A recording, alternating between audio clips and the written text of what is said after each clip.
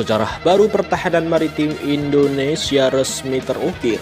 Rapat paripurna DPR RI secara resmi menyetujui hibah 1 unit kapal induk Giuseppe Garibaldi dari pemerintah Italia untuk Kementerian Pertahanan Republik Indonesia, negara kita tercinta. Secara teori, Indonesia kini melangkah ke era baru memiliki kapal pengangkut helikopter dan pesawat STOVL, short take off and vertical landing untuk pertama kalinya. Namun di balik kabar membanggakan ini muncul pertanyaan kritis dari para pengamat dan politisi Senayan. Apakah hibah kapal induk raksasa berusia 40 tahun ini benar-benar efisiensi besar? Atau justru awal dari beban anggaran triliunan rupiah untuk TNI Angkatan Laut Indonesia? Mari kita bedah tuntas bersama Mas Bras. Jangan lupa lu boleh subscribe dan komen video ini kok gratis ya abang.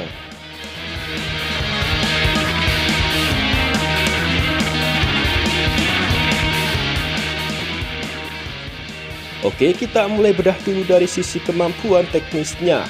Giuseppe Garibaldi bukanlah kapal biasa. Diresmikan pada tahun 1985, kapal ini pernah menjadi unggulan utama Angkatan Laut Italia dalam berbagai misi internasional dari Somalia hingga Libya.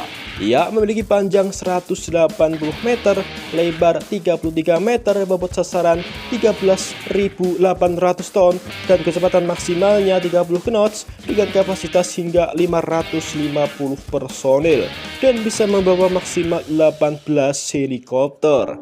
Bagi negara kepulauan terbesar di dunia seperti Indonesia, keberadaan kapal jenis light aircraft carrier atau helikopter carrier seperti Garibaldi memberikan proyeksi kekuatan maritim alias naval power projection yang luar biasa.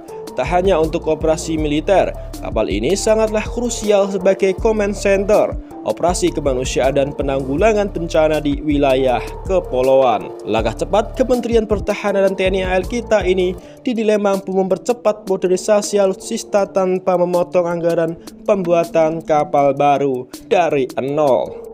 Media pertahanan terkemuka dari Italia, Infodifesa.it, mengungkap fakta menarik di balik keputusan Roma menghibahkan Giuseppe Garibaldi. Kapal yang sempat ditawarkan seharga 450 juta dolar Amerika Serikat ini ternyata menjadi bagian dari paket kerjasama pertahanan jumbo senilai 1,53 miliar euro atau lebih dari 25 triliun rupiah.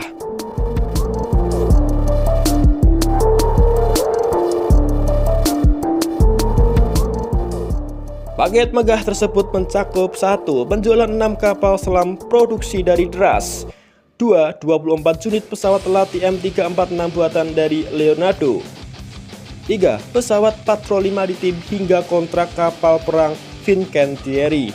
Di sisi lain, bagi Italia, mempertahankan Garibaldi yang dipensiunkan pada 2024 yang lalu memakan biaya perawatan 5 juta euro per tahun.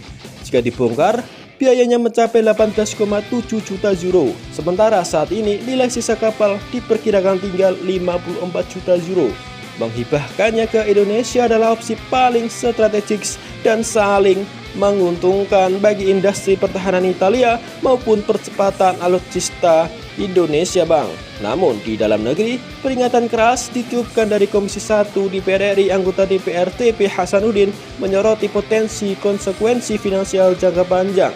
Sebab mengoperasikan kapal induk berusia 40 tahun memerlukan napas anggaran yang sangat tebal. Biaya operasional saja diperkirakan mencapai 5 juta euro per bulan atau sekitar 101 miliar per bulan. Wah, itu duit semua, Bang.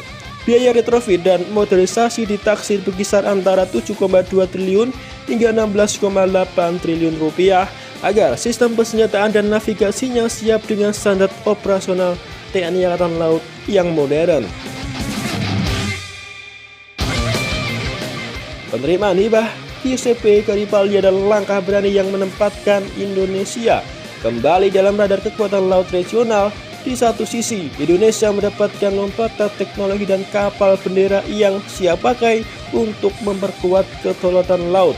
Tapi di sisi lain, tantangan besar kini berada di pundak Kementerian Pertahanan dan TNI AL untuk memastikan proses retrofit serta pengelolaan anggaran operasional berjalan efisien dan transparan.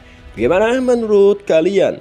Apakah langkah Indonesia menerima kapal induk ini sudah tepat untuk doktrin poros maritim dunia kita, ataukah biaya perawatannya terlalu sangat beresiko bagi APBN kita yang tiap hari jebol? Tulis pendapat dan analisis kalian di kolom komentar.